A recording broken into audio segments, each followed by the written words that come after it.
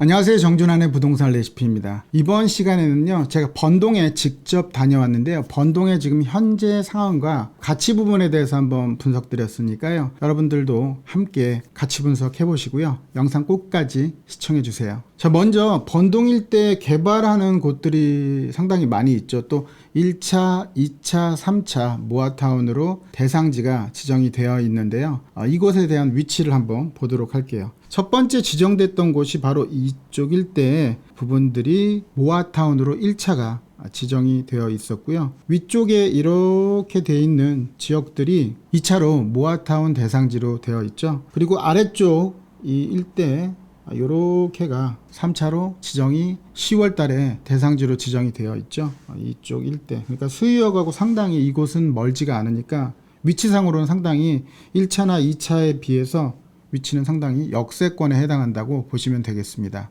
또 아래쪽으로는 공공복합사업 8차로 지정이 되어 있고요. 위쪽에도 공공복합사업 2차로 지정되어 있는 곳들이 있습니다. 또 미아역 쪽으로는 2차로 공공복합사업이 지정되어 있고요. 오른쪽에는 대신빌라가 소규모 재건축으로 되어 있습니다. 이쪽 아래쪽도 위쪽도 이렇게 지정되어 있는 곳들이 상당히 많이 있죠. 주변 일대로 개발하는 지역들이 이렇게 있다고 보시면 되겠고요. 자, 1차 모아타운 같은 경우는요, 이렇게 5군데로 구역이 지정되어 있는데요. 이곳 모아타운 같은 경우는 대상지였다가 모아타운으로 확실하게 지정이 된 거죠. 이렇게 1차 모아타운에 대해서 얘기 드렸고요. 자, 그러면 이번에는 1차 모아타운의 위치를 한번 볼게요.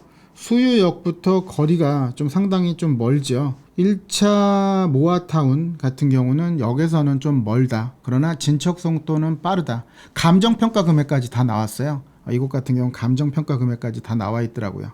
제가 현장에서 찍었던 사진인데요. 상당히 노후되어 있죠. 이런 주택 같은 경우 상당히 노후되어 있어요. 이런 주택 오랜만에 보네요. 제가 어렸을 때 봤던 그런 주택인데요. 골목마다 상당히 노후되어 있는 모습을 볼 수 있고요. 제가 그 반대쪽에서 사진을 찍었어요. 2차에서 1차를 바라보면서 찍었는데요. 이곳에서 실태 및 임대주택 접수 사무소가 있더라고요.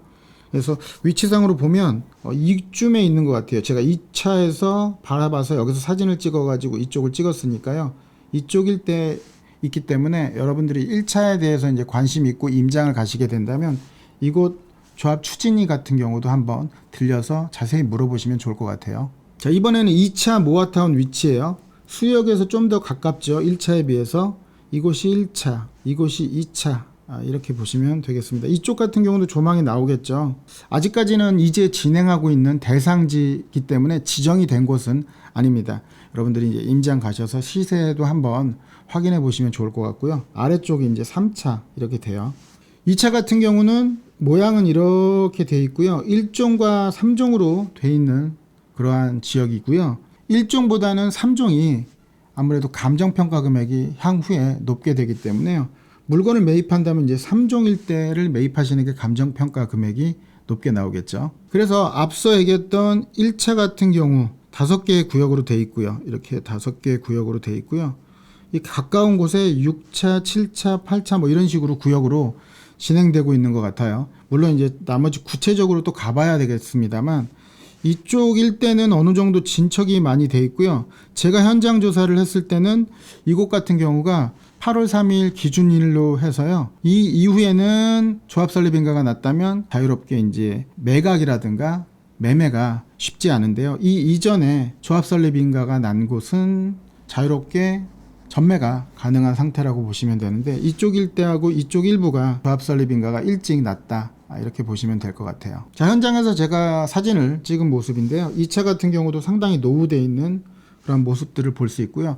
번동 같은 경우는 평지로 되어 있습니다. 그렇기 때문에 아파트를 지으면 경사가 진 곳들은 이제 없는 상태가 되겠죠. 이곳 같은 경우도 번동 모아타운 지정 확정해가지고 가로주택 준비위원회가 현수막을 걸었더라고요. 이것도 제가 좀 도로는 조금 넓은 곳에 초등학교에 후문 쪽으로 바라보면 있는 곳에 현수막이 붙어 있더라고요. 그래서 이곳 지나가시다가 보면 현수막 걸려 있는 모습을 볼 수 있을 겁니다. 다음은 3차로 대상지로 지정되어 있는 곳들에 대해서 보여드리도록 하겠습니다. 역세권 수유역에서 상당히 가까이 있다. 이렇게 보시면 되고요. 이곳이 이제 3차 대상지입니다. 이 3차를 갔을 때는 물건들이 좀 많지는 않더라고요. 이쪽 대로변 쪽에 부동산들이 좀 많이 있으니까 이곳 들려가지고 확인하시면 좋을 것 같고요. 골목 쪽에는 많지는 않더라고요. 또 한 군데 같은 경우는 젊은 분들이 있는 것 같아요. 그래서 이곳은 뭐 사람이 없길래 물어보지는 못했어요. 그래서 이곳과 이곳 정도 있고요. 나머지 이쪽 일대랑 길 건너에 한두 군데 정도 있는 모습을 제가 확인하고 왔습니다. 3차 구역에 대해서 대상지로 지정되어 있는 모습이 서울시에서 발표했던 모습이고요. 이쪽은 2종과 3종으로 되어 있어요. 또 준주거 지역도 이쪽 일대가 되어 있죠. 자, 왼쪽 모습을 보면 2종과 3종으로 되어 있는 모습을 볼 수 있고요. 추진위 자체에서 구역을 지정했는데요. 이쪽에 14, 15, 16 그리고 여기가 13, 12 그리고 여기가 19역, 11, 17 뭐 이런 식으로 지정이 되어 있고요. 이쪽이 원래 공공개발을 했는데 이곳이 공공개발에서 무산됐다는 얘기를 들었어요. 이것도 뭐 모아타운으로 추가적으로 뭐 신청을 한다. 근데 이곳 같은 경우는 큰 것들이 상당히 많아서 투자 금액은 상당히 많이 들어갈 것 같아요. 이쪽이 아무래도 용적률이 높기 때문에 또 수역에서 가깝기 때문에 빨리 진행하기는 좀 어려울 것 같다라는 생각이 들었습니다. 이쪽에 이제 강북경찰서 있고요.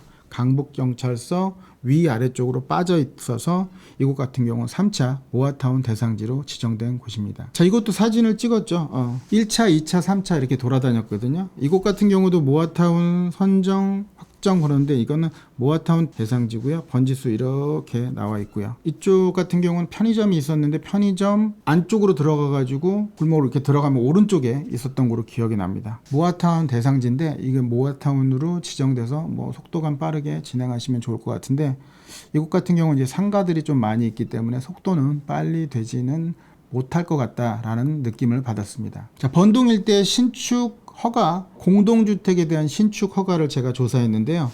조사 기간은 21년 11월 11일부터 22년 11월 10일까지의 1년 동안의 건축 인허가에 대한 정보를 조사했고요.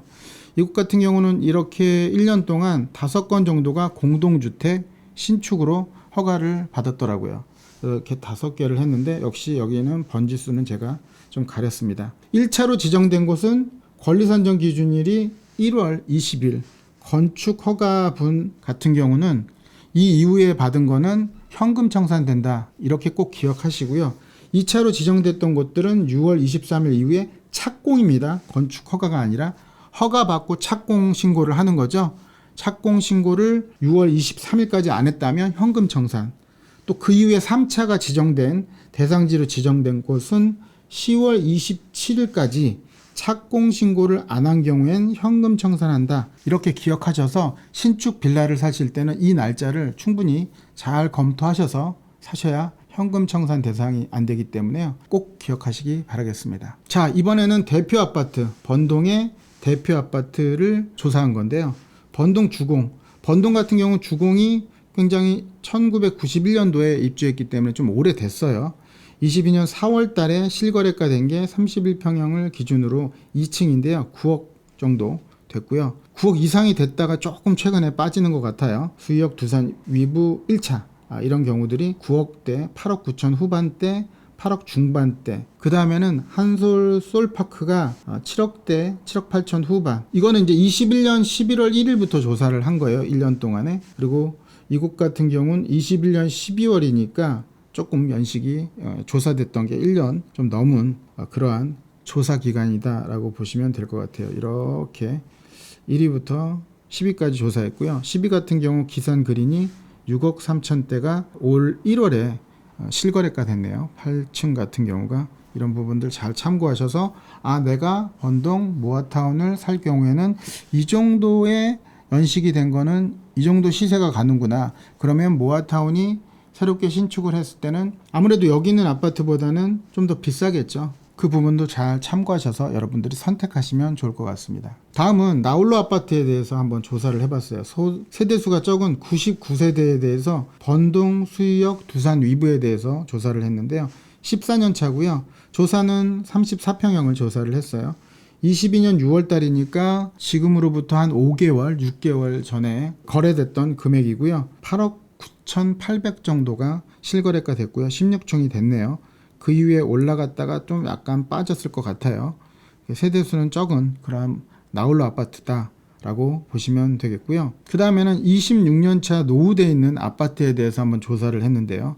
이곳 같은 경우는 실거래가가 나와 있는 게 4억 2,500 정도가 나와 있더라고요. 그러니까 매매 물건은 나와 있지 않기 때문에 20년 6월 달에 거래된 금액이 12층이 4억 2,500이니까 당연히 올라갔다가 좀 빠졌겠죠. 이곳에 대지 지분을 한번 봤어요. 31평 같은 경우 대지 지분이 11평이니까 31평의 대지 지분은 많지 않으니까 이곳이 재건축을 된다면 좀 쉽지 않을 것 같다 라는 생각이 들고요. 대지 지분은 31평 정도 되면 13평에서 14평 정도 돼야 재건축을 하는데 무리가 없으니까요. 이런 부분 한번 참고하시고요. 번동 일대 실거래가 빌라에 대해서 한번 조사를 했는데요. 1차 같은 경우가 22년도에 실사용 면적이 한 16평 되는 게 4억 5천에 거래가 됐더라고요. 16평형 정도 되는 거 또 하나는 4억 정도 이렇게 거래가 됐습니다. 물론 노후도라든가 전세 가격 대비해서 실투자 금액이 적을수록 매매 금액은 높았을 겁니다.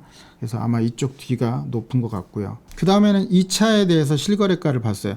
2차가 거래가 좀 상당히 많이 됐죠. 2억 6천, 2억 9천, 1억 5천 이런 식으로 거래가 됐네요. 3억 5천도 있네요. 실거래가 된 게. 이거 같은 경우는 19평 정도 실사용 면적이니까 22년도에 거래됐으니까 면적은 좀 넓은 대지 지분은 확인할 수는 없어요. 대지 지분 같은 경우는 당연히 19평 정도 되니까 대지 지분은 좀 더 많겠죠. 이 부분 한번 참고하셔서 여러분들 판단하시면 좋을 것 같고요. 그 다음에는 3차에 대해서 실거래가 빌라에 대해서 조사했고요. 3차 같은 경우는 2억 7천도 있고 3억 3천도 있고 2억 7천도 있고 3차가 연립주택이 좀 많이 없는 것 같더라고요. 골목골목 조사를 했는데 많지는 않았던 것 같아요. 그래서 이곳 같은 경우 22년도에 거래됐고요. 거래되고 지금은 물건들이 많지 않아요. 월세 나오는 게 한 7억대 정도 투자를 하는 것 같아요. 이 정도 물건들이 있다고 보시면 될 것 같고요. 작은 물건들은 없더라고요. 현장에 갔을 때는 일단 없었는데 그 이후에 나올지는 한번 두고 봐야 되겠죠. 11월 19일 제가 현장을 부동산을 하나, 둘, 셋, 넷, 다섯, 6군데 정도를 갔는데요. 그때 1차 같은 경우는 4억 2천, 그리고 1구역이에요. 1구역 같은 경우는 4억 2천에 감정가가 여긴 다 나왔으니까 2억 9천. 그래서 프리미엄이 1억 3천 정도 붙어 있는 25평형을 신청했더라고요. 현재 빌라고. 그래서 벌써 이제 평형 신청을 했기 때문에 이 부분도 한번 여러분들이 참고하시고요. 2구역에 7억 5천짜리가 나왔더라고요. 감정가는 잘 모르겠어요. 추가 부담금 한 3천 정도 되고요. 34평형을 신청해서 현재는 다가구인 그런 매물이 있더라고요. 여러분들이 현장 조사할 때는 또 달라지긴 하겠습니다만 당시에 제가 19일날 조사했을 때는 물건들이 좀 많지는 않았어요. 2차 같은 경우는 구역은 잘 모르겠어요. 얘기는 안 하니까. 근데 이제 5억에 전세가 3억이니까 실투자 2억이니까 실투자 금액은 좀 많이는 안 들어가는 편이죠. 아직까지는 초기 단계고 빌라였던 상태입니다.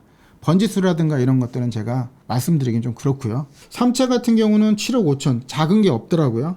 이게 4,500만 원 보증금에 240만 원. 월세는 좀 많이 나오는 편이에요. 그래서 240만 원 받고 장기간 기다릴 분들은 이곳 조사하셔서 매입하고 안 하고는 제가 선택을 해드리지는 않습니다.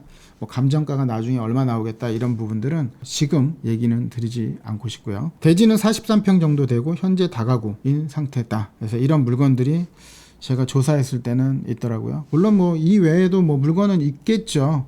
제가 6군데 조사했을 때는 이 정도 물건을 확인할 수 있으니까요. 여러분들이 번동을 투자한다면 좀 더 발품 팔고 또 좋은 물건을 선택하시면 좋을 것 같아요. 다음은 대상지와 미대상지에 있는 매물인데요. 위치가 이렇게 있습니다. 빠진 곳도 있고요. 빠진 곳 같은 경우는 아래쪽 이런 곳들은 이제 빠진 곳이죠. 이렇게 해서 2억 9천, 약 3억 정도의 신축급이 있고 연식이 조금 된 것들 한 3억 9천. 이건 크기가 크겠죠. 4억 1,500은. 이렇게 물건들이 나와 있고요. 1차 같은 경우 매매에 나왔던 게 6억 2천도 있네요. 지금 봤네요. 물론 이게 이제 지금 살아있는지 안 살아있는지는 좀 봐야 되는데 현재 최근에 제가 조사했던 물건들은 이 정도 위치에 있다라고 보시면 되겠습니다. 자, 이쪽에 매입할 때 주의사항을 얘기 드릴게요. 모아타운으로 지정된 곳은 기준일 22년 8월 3일 이후에 조합 설립 인가된 곳은 전매가 불가하다. 조합 설립 인가 이후에는 전매가 불가하다 이렇게 보시면 되고요.